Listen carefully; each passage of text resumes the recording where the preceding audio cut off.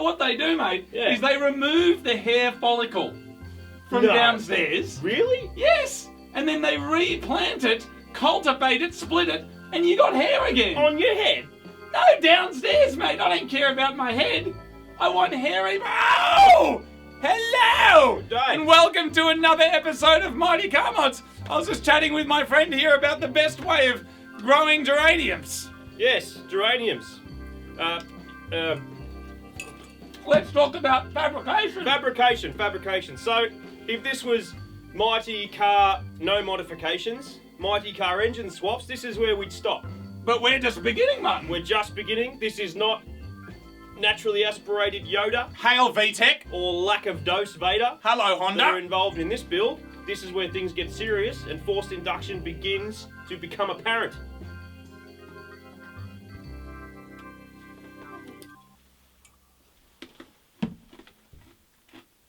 So Turbo Yoda, the engine's in, and it looks like it's meant to be there. Yep. Which is pretty rad, and we've test fitted this radiator. Yep. And it fits. Yep, that's Gen 3 Outback H6 radiator and hoses. Yep. A little bit of trimming to the hoses, and it all fits in there really nicely. So literally like a factory. And these have just got slightly relocated holes, but otherwise it just drops in like the old one did. Yep. That's pretty cool. So what's next? So we're going to start making some headers and mounting our turbo when we get it. And it's going to be pretty fiddly. So headers off the bottom of the heads of the motor, and we go under the cross member. That's right. And then we're going to bring it up in the location where the factory stuff usually is. Well, not really, because the cross member that was in this car was a turbo one. It normally has a pipe that comes up between the head and the cross member, but we've actually changed it to a non-turbo cross member where they naturally go under. So there's a variation there for ground clearance. So we're going to just snake our up pipe to the turbo up in between the steering rack and the chassis rail, and then that'll allow some space for our down pipe to go back out as well. Is this more complicated than, say, Skylines or SR or Sylvia's or something as far as packaging? Yeah, it's just different way to build a car. It's completely different to most other vehicles actually. So it's And so a Subaru Turbo that's usually kind of packed up the back just here behind the inlet manifold. We're going to be doing it. Twist mounting is what they call it. Yeah, or rotated or twist mounted depending on where you live. It's purely because you need to be able to feed the air in and the exhaust out, and you can't feed the air in an application like this because the compressor's too big and you wouldn't be able to put the inlet underneath the manifold like Subaru does. Right. So from this point, it's all fabrication, right? Like now we can't do any more recipe and just trying different, because we've got, we're going to have a header tank or the overflow bottle from an early Liberty. This is from a Gen 3 Liberty. Like I feel like we've been able to pull from the parts catalogue, but this is a point where it gets custom. Yeah, we're going to have to start making things now. So is this the fun bit? Oh yeah, I guess. I think it's the fun bit. Let's do it. Our EZ36 engine is in place. We've figured out where to put our radiator to keep it cool, and Gramps version 2 is starting to look like it might actually drive one day. If we were boring, this is where we'd stop work, but we are going to turbo this thing and there is much to do. Turbo Yoda found some wheels in his backyard that will clear our big Brembo brakes. They're a bit ugly, but they fit, so for now they're staying. Alright, so I've had some stainless steel flange plates cut out, bolted them on, got a few of the first runners just roughing it out so we can sort of work out how we're going to do our 3-into-1 headers. This is obviously the end of the header, so we'll have a V-band or clamp there, but we've also got a merge into the side of these, which is a reasonably time-consuming thing to do. When we're finished making our headers, we're going to have V-band flanges here. So this one will come across, this one will come over here. Then we'll have to do another merge into the up pipe, so a 2-into-1. Then we're going to run our up pipe up through here. So now we weld stuff, or do we have to measure first? I usually prefer just to weld, but I think you're going to make us measure. We'll cut first, measure twice. Measure twice. Cut once. Cut once, weld 5 times. No, wait, I weld 5 times, then you weld once. Throw it in the bin, start again. Shut up. Something like that. Not only do we have to make sure the turbo gets exhaust flow, we need to make sure these pipes don't hit on anything or melt anything. And that's the V-band thing, isn't it? Yep, that's those V-band clamps that we modified earlier. Yep. In the lathe to make them match correctly. So our other two runners will enter into this enlarged section from either side. That's tricky, isn't it? Yeah, it's pretty tricky, but we weren't able to get any pre-made collectors, and we just like making stuff. Yeah, we do. Al fires up the TIG and we start melting metal for power.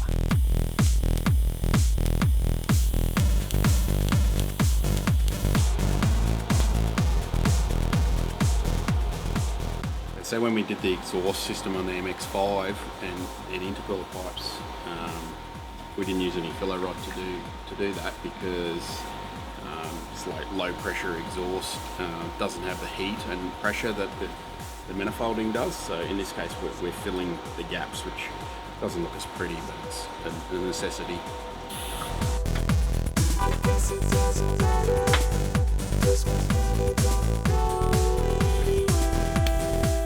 Each part is tack welded first and then test fitted for clearance, eyeballed for fitment and then ground back using hand tool to the correct profile to match the surrounding piping.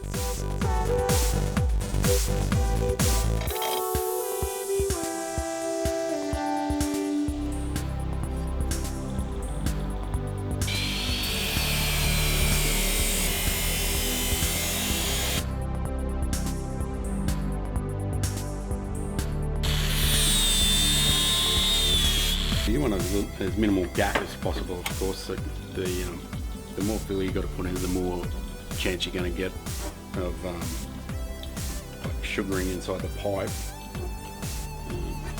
To avoid that altogether, you can purge welder, which is ideal, but it's also very expensive because you've got to run a lot of gas through it, and the gas isn't cheap, so we're not going to do that in this case.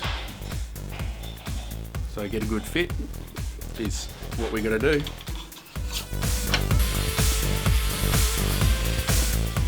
Well, in this case, we're more or less making a set of headers. There's no weight load on them or anything like that from the turbo, because the turbo is going to be mounted up in the top of the engine bay. It'll have its own support brackets and stuff like that. So there's no need to use the thick wall stuff in that regard. So you really got the option. You can do either. Stainless is just a good material to use for a header, so that's what we're going to do. So the advantage of doing it like this is that we've got to match up to the ports, of course. So there's a lot of variables there, so we can rotate this around, probably from the flat up to around about here, to give us a good fit to the port. It's not going to affect the way the header collects or anything like that, to have them closer together. And these are unequal length, right? They're there, but there's no consideration given to the length of them. It's irrelevant in this case, turbo header.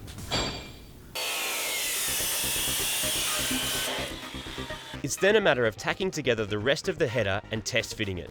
The designs will vary slightly for each side of the engine, and there will be a flex joint in between.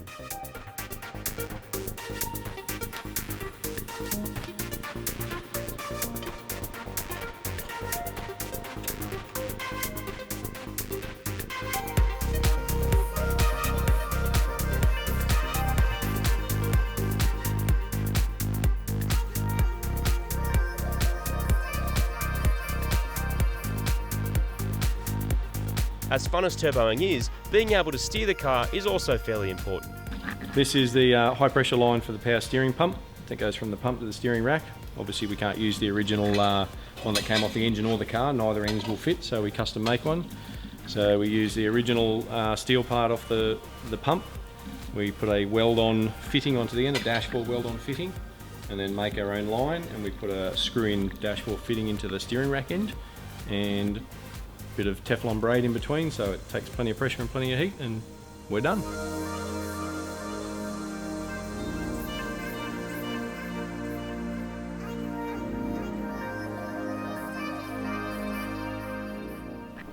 This is our power steering fluid reservoir. This is actually from a Gen 4 Liberty, proudly donated by Mechanical Stig. The beauty of Subarus, there's a lot of interchangeability with things, so our pipe sizes on this are the same for what we need to fit our Gen 2 steering rack return and our EZ36 engine feed line. So we're going to mount this here, which is in the factory position for a Gen 4. It fits in here just nicely. Little bracket, nut and bolt, a couple of hoses, and we're done. Could go either way with stuff like this. Like be here all day just doing one pipe. That's what happens. We got a fair bit of ease of movement because we got these slip in. They slip into the header pipe there, into the flange. So basically, we can do what we want with them. There's a lot of angle changes that we can make. It is a good comfort. Many turbo parts you buy off the shelf are prototyped in this way and then copied and welded on a jig. There are more advanced ways of creating manifolds using high-tech machinery, but this method ensures a perfect fit on this particular car with this engine.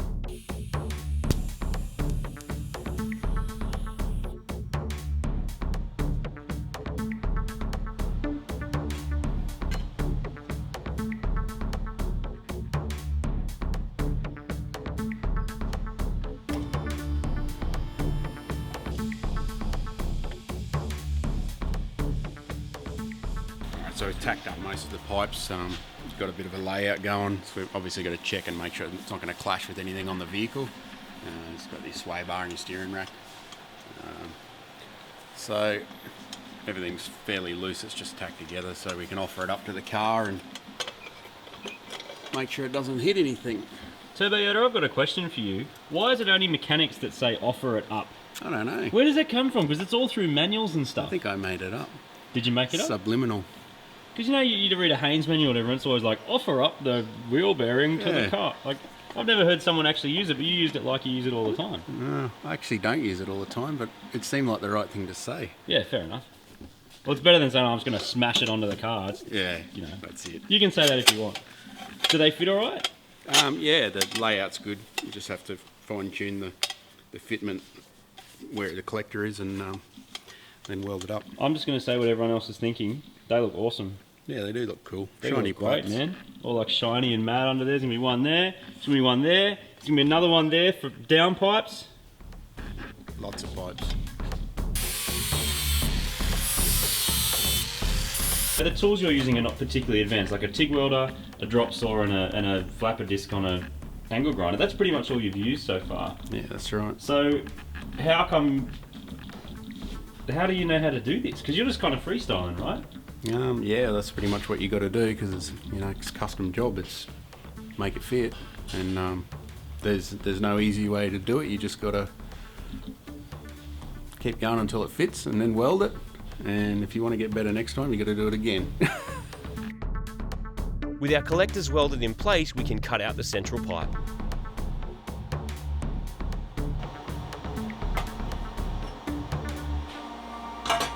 That's our outline of how we're going to cut the hole in the pipe to obviously let the gas flow through. We'll cut it probably 5mm inside that line because it's easily accessible inside the pipe. We can then clean up the inside of it. It makes it a little bit easier to weld it in this situation because it's a pretty tricky weld.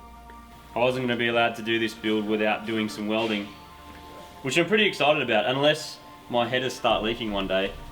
And I think you do this so that if that ever happens, I can only blame myself. No warranty. Probably the best thing to say is when you've got your puddle, you'll see the two sides of the weld joint spreading. Yep. And it creates like a backwards C shape. Mm-hmm. That's when you need to add your filler. That's when you dab. Yep. Dab straight in. Don't touch that on the electrode. Nope. And we're gonna push it. Electrode's just there to heat the metal. That's just there to fill it and meant to join each other. Got it. It's not going to be winning any welding awards, but you got to start somewhere. At this point, Turbo Yoda gives me the job of welding up the exhaust, where holding pressure is not quite as critical as it is before the turbo.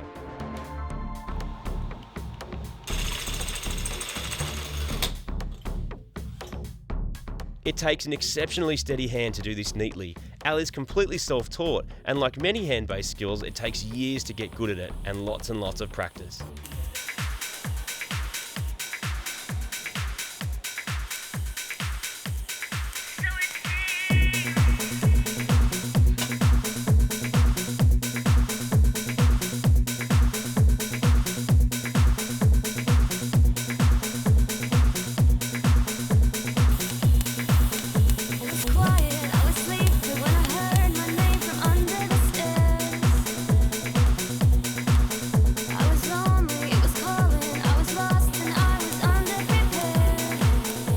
So one bank of headers has now been welded up. It's been welded around the inside. The pipe size is quite big.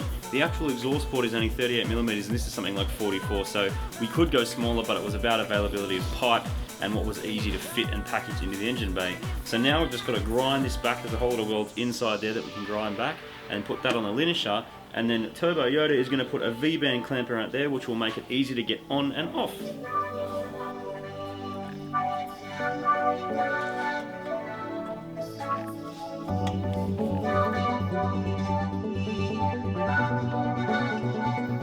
Once Ali's happy with the placement, I then get the job of scattering thousands of pieces of tiny metal shards everywhere using a die grinder.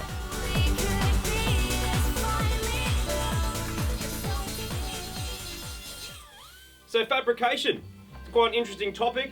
I've learned a lot about various grades of stainless steel, metallurgy and engineering. And I find the whole topic extremely enlightening. Thank you for sharing, Martin. Cheers. Now the good news is, of course, next episode, Martin, I arrived, don't I? That's exactly right. Because I've been busy. I've been doing the boring jobs, the thankless jobs on the phone, organising the things, while you've been spinning spinners and eating jerky. Look, there are some parts missing currently from the build that needed to be acquired. This is quite correct. Thank you very much. So next episode I'll be arriving on the scene with some more parts With some goodies in that your I've bags. been spending my time acquiring Goodies in the bag. for the ball bags, for the project. I think we should go to the bingo hall. Okay. They have a special tonight. They do. Which is? The pie. Oh, which pie? Well, there's only one pie. I know, the warm apple. Seniors card, $7.95 with a tea and a Becky. And a biscuit. And a biscuit! I am in. You getting in on this? No. Oh. See you, mate. Cheers.